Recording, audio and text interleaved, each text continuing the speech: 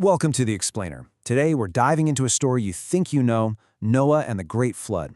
We're going to really unpack the sources, analysis, and get to the heart of what this ancient narrative tells us about judgment, grace, and what it really means to start all over again.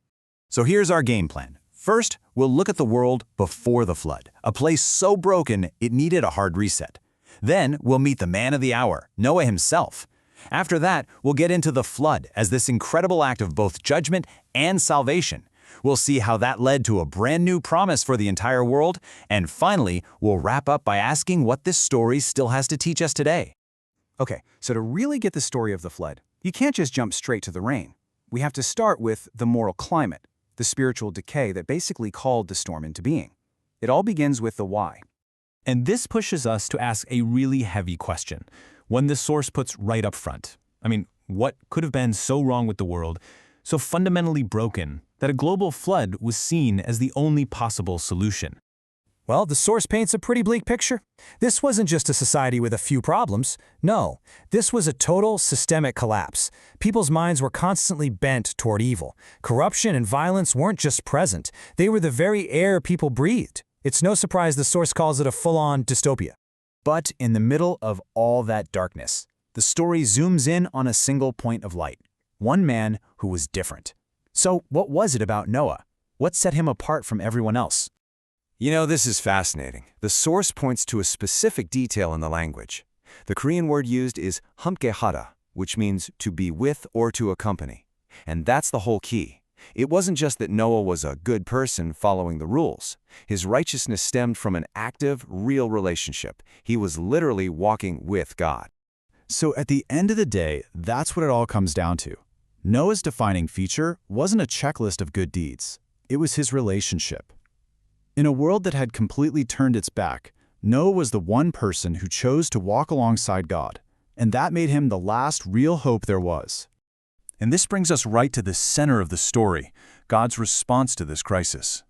The source presents this not as simple anger, but as something much more complex, a two-sided coin, an act of both judgment and grace happening all at once. On one side of that coin, you've got judgment, this powerful cleansing flood designed to wash away the deep-seated wickedness of the world.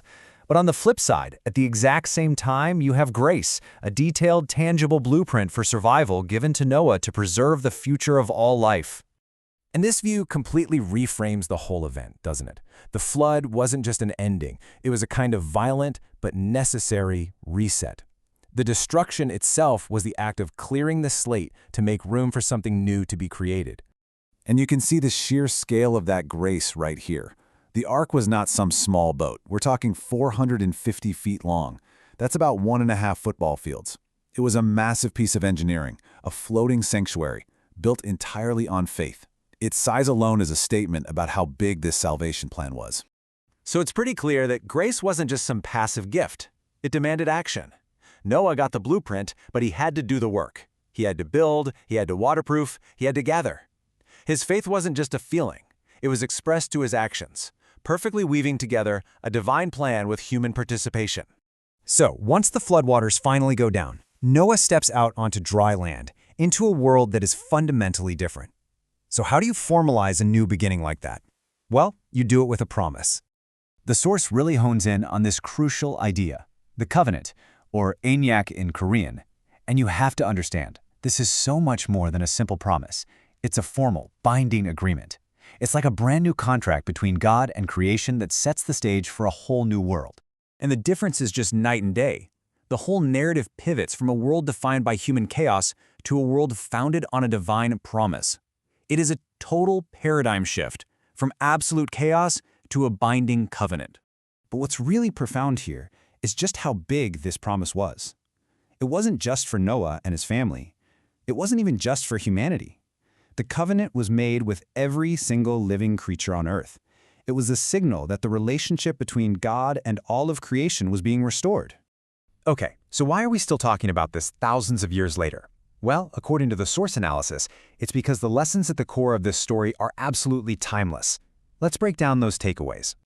So, first up, our actions have real, serious consequences. Second, even when everything seems to be falling apart, it's still possible for one person to choose the right path. Third, Judgment and grace aren't always opposites. Sometimes they are two sides of the very same coin. And finally, sometimes total devastation is actually what creates the space for a true new beginning. And maybe this is the biggest takeaway of all. The entire story hinges on the power of one person. It suggests that the faithfulness of a single individual who chooses to walk with God can be enough not just to survive the chaos, but to become the actual foundation for an entirely new world. And so the story leaves us with a really provocative question for our own lives. When we face our own storms, in our personal lives or in the world around us, what's our arc? What are the core principles, the beliefs, the relationships that we hold on to that carry us through the flood and onto the shore of our own new beginning?